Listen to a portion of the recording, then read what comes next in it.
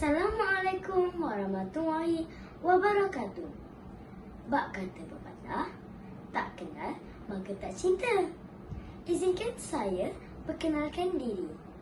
Nama diberi Nur Syazmin Erina binti Muhammad Arifdi, berumur 12 tahun. Saya merupakan pelajar di Sekolah Kebangsaan Tamaridin 2, Pasir Gudang, Johor. Hobi saya ialah membaca buku dan bermain badminton. Manakala cita-cita saya pula ingin menjadi seorang doktor. Di dalam rakaman ini, saya teruja untuk berkongsi cerita tentang buku yang saya telah baca, iaitu Seminggu di Syurga. Di dalam novel ini, banyak intipati yang menarik. Ayuh kita dengarkan. Manuskrip asal cerita ini ditulis oleh Ablah Ittisam Yassin Ali Taha di dalam bahasa Arab.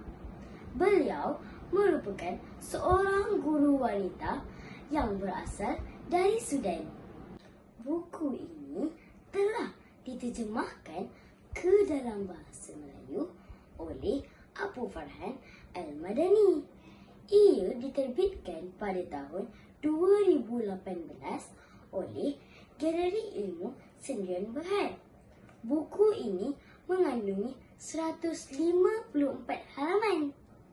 Buku ini berharga RM22 di Semenanjung Malaysia dan RM24 di Sabah dan Sarawak. Harga buku ini mampu dimiliki oleh pelajar seperti saya. Buku ini mengandungi 40 bab. Di permulaan awal bab, penulis bercerita tentang negara Sudan secara sepintas lalu dengan menekankan aspek lokasi, bahasa, sosial budaya, tarian dan soal berpakaian. Ia bertambah menarik apabila gambar-gambar berwarna kenangan penulis turut dimuatkan sehingga sesiapa yang membacanya dapat membayangkan penceritaan kisah ini secara visual dan tidak membosankan. Seterusnya, penulis mencatat tentang permulaan perhubungan beliau dengan Malaysia. Ia bermula dengan kisah bagaimana Amirul dan Farah, anak kepada pasangan Profesor Dr. Muhammad Kamil Ibrahim dan Puan Rauzah Roslan yang menetap di Madinah. Pada ketika itu, bersekolah di sekolah swasta kepunyaan penulis. Beliau juga merupakan tenaga pengajar di sekolah tersebut. Sehinggalah tiba masanya sekolah tersebut terpaksa ditutup kerana beliau ingin pulang ke negara asal beliau, iaitu di Sudan. Amirul yang berusia 14 tahun ketika itu kemudiannya turut mengikut penulis yang juga gurunya itu pulang ke Khartoum, Sudan. Untuk maklumat semua, menyambung pengajian di Sudan adalah atas permintaan Amirul sendiri. Kisah ketabahan anak remaja ini mengatasi masalah dan ujian sehingga berjaya diterima sebahagian masyarakat di Sudan patut dijadikan contoh. Amirul juga telah digelar sebagai Duta Kanak-kanak Malaysia di Sudan. Ibu bapa Amirul iaitu Profesor Dr. Muhammad Kamil Ibrahim dan Puan Rauzah Roslan memberi satu kelainan kepada kehidupan keluarga. Sudan bukanlah syurga dunia, namun ia gedung ilmu agama. Keinginan anak mereka, Amirul dituruti. Kemewahan dan kesenangan dambaan anak-anak muda sekarang sanggup ditinggalkan demi mengajar ilmu. Kehidupan Amirul di Sudan paling signifikan. Kisah Amirul bersama gurunya itu telah menjadi tarikan TV Sudan sehingga menjemput Ablah Ittisam ke studio untuk bercerita tentang kesanggupan beliau menjaga Amirul, anak Melayu Malaysia.